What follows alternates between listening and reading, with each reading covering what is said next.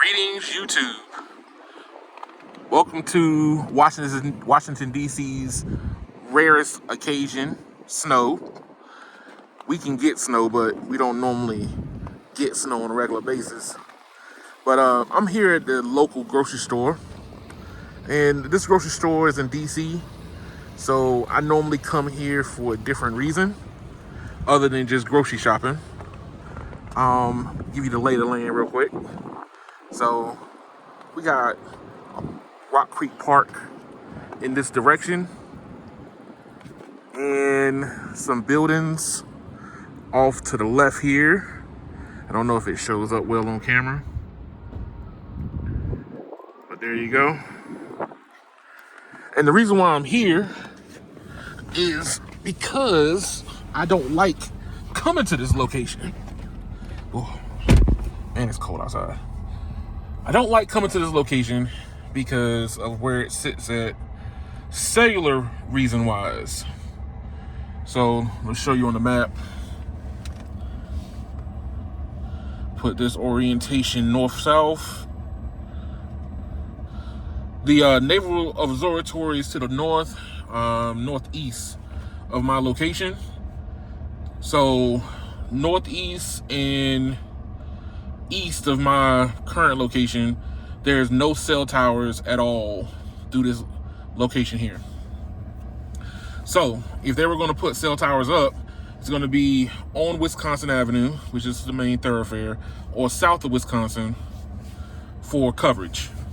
Now, knowing exactly where every single cell site is going to be kind of impossible due to the fact that DC is kind of condensed. But the problem you run into is coverage. And the reason why I do not like this location is because it has a supercharger at this location for me to charge my car up at. And it's in the garage. Now, I have done videos showing me inside of a garage getting perfect cell signal. And this is one of those locations where it does not come out to be that way.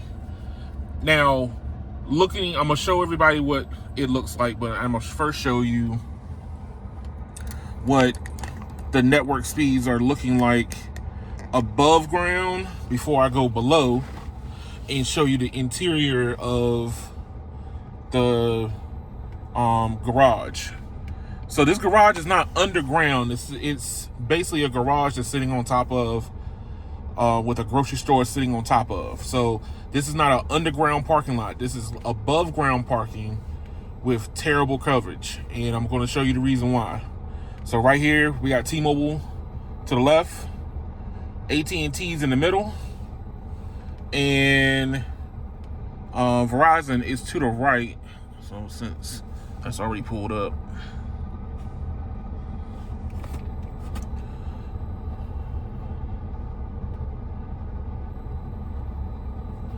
So right now, what we're going to primarily focus on is the actual connecting cellular band that we are connected to currently right now. I know that I normally show what everybody's connected to, and I'll show that, but for real, the only thing that we're going to be really worried about is the connecting band for each carrier. And right now we got N41 at 106 RSRP. We got band 66, 10 megahertz at 100 RSRP, and then Verizon is using band 13 at negative 91 or 93 RSRP. Now, this is within their tolerances. So performance-wise, they're going to have carrier aggregation going on with them. So they should not be that far off of their norm, even though where I'm sitting at.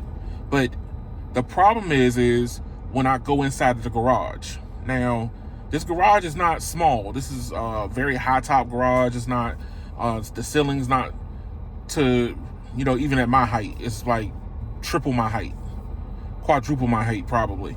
And the problem is there's no buildings around to reflect the cell signal into the garage. This is it has windows, it has openings, but there's no coverage.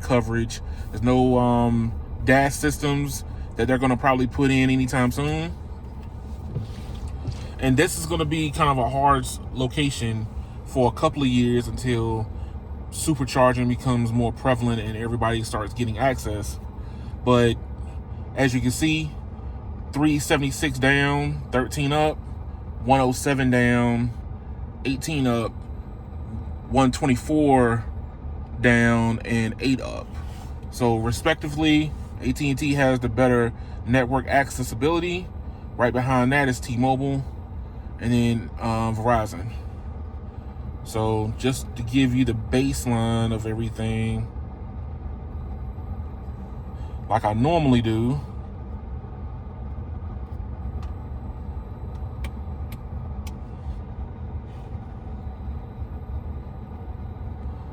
pull this up.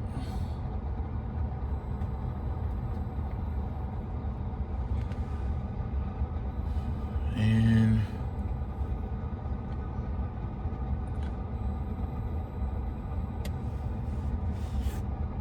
boom, boom, and boom. So for the nerds, we're gonna see if we can get and see what their carrier aggregating with. Band 48, band 48, and band 48. So 20, 20, and 20, along with band 13, 10 megahertz. AT&T is giving us N5 along with band 2 and band 66. And T-Mobile is still giving us N41 and aggregated with another N41. So everybody's access is looking pretty good.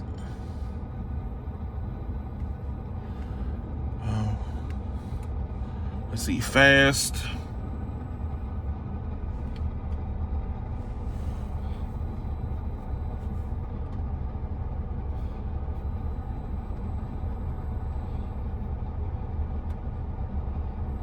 Fast.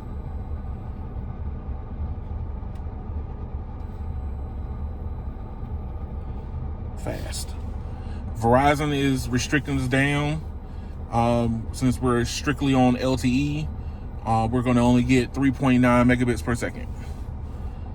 T-Mobile's giving us the beans at 400, and AT&T's right behind it with over 70 megabits per second.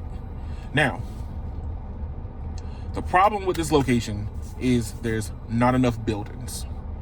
And because there's not enough buildings, you don't get this beautiful, what it's difficult to explain without going too nerdy, but the best way I can describe it to you is cellular technology has come a long way.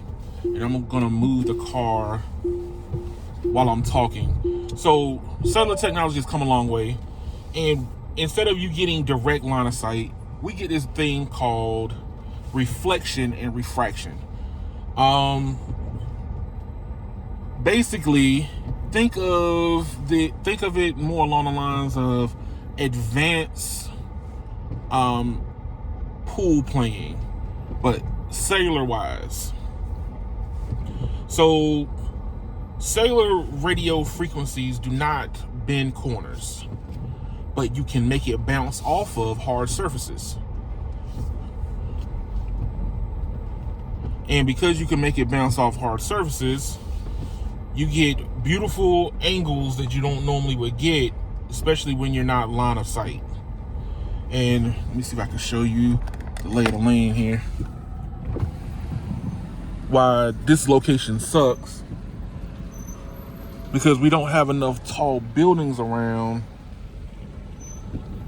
to reflect signals into the garage that I'm about to go into.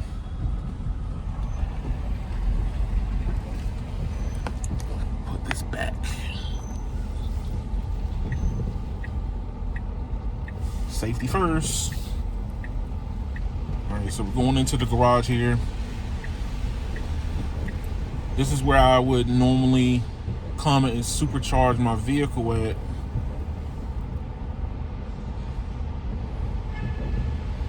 But I hate this location due to the fact that cell service in here is poo-poo.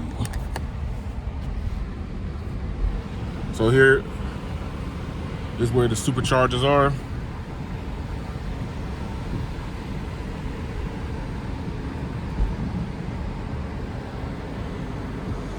right there. Now that we're inside the garage here, go around a little bit. You would think that we should be able to get pretty good signal in here due to the fact that we got a tall ceiling, some big cutouts in the walls, but that would actually be further from the truth. So let me get as close to where I would normally sit at.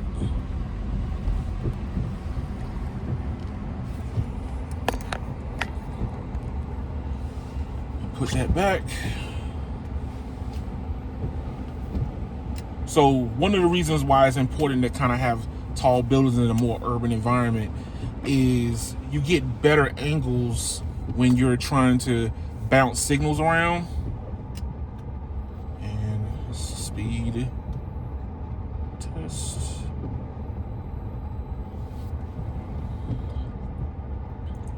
Speed test.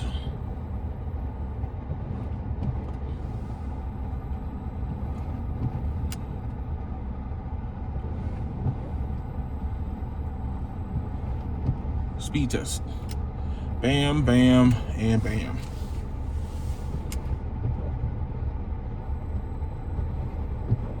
Oh, this is different.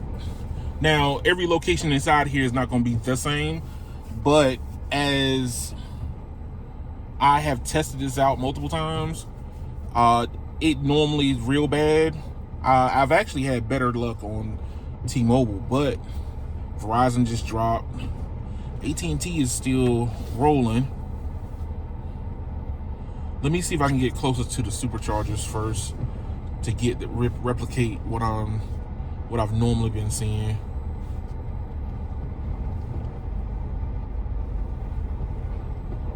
That's the further back end of the lot.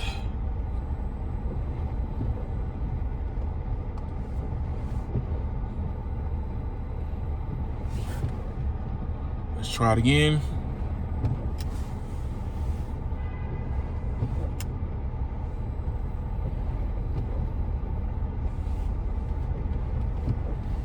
And T-Mobile sucks in here now. Verizon AT&T have made some improvements.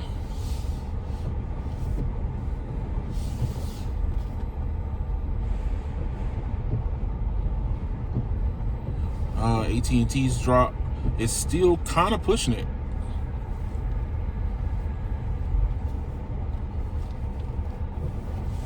Going back around. But this is terrible for reception for all three, because depending on what location I'm sitting at, it may or may not work. I am driving around this parking lot now. No excuses. By far not giving no excuses. But let me get next to the superchargers where I normally would have been sitting.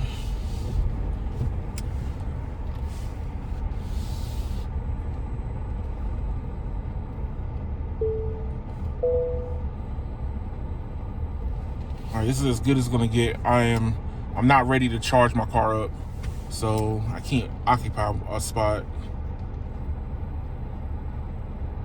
AT&T, way better in here than I thought it was. T-Mobile cannot do it. Verizon is giving us 28 down. The upload is where they might suffer at. Yes. So AT&T is better. I'm not sure what secret sauce AT&T is pulling, but they are way better in here. But I can probably chalk that up to the fact that I'm close to more of a government facility, being near the Naval Observatory, which is where the vice president will sit at. But overall, Verizon and T-Mobile would benefit better if they had taller buildings around this location instead of having to try to put an indoor DAS in. I'm not 100% sure if AT&T has a DAS system in here. Star pound, pound. Let's see. Band 66, 111. So no, there's no DAS dedicated. They're just able to get the signal into the location, which is very good on their part. Verizon and T-Mobile are not able to. But I'm gonna show more locations. This is one of my worst spots because my cell phones don't work very well when I'm over here. But thank y'all for watching. Like, share, and subscribe to the video. Let me know what you think and what type of solutions could be possible for a location like this. I know DAS systems, maybe. That's probably going to be the more professional, traditional way of solving this problem. But thank you, and y'all have a good one.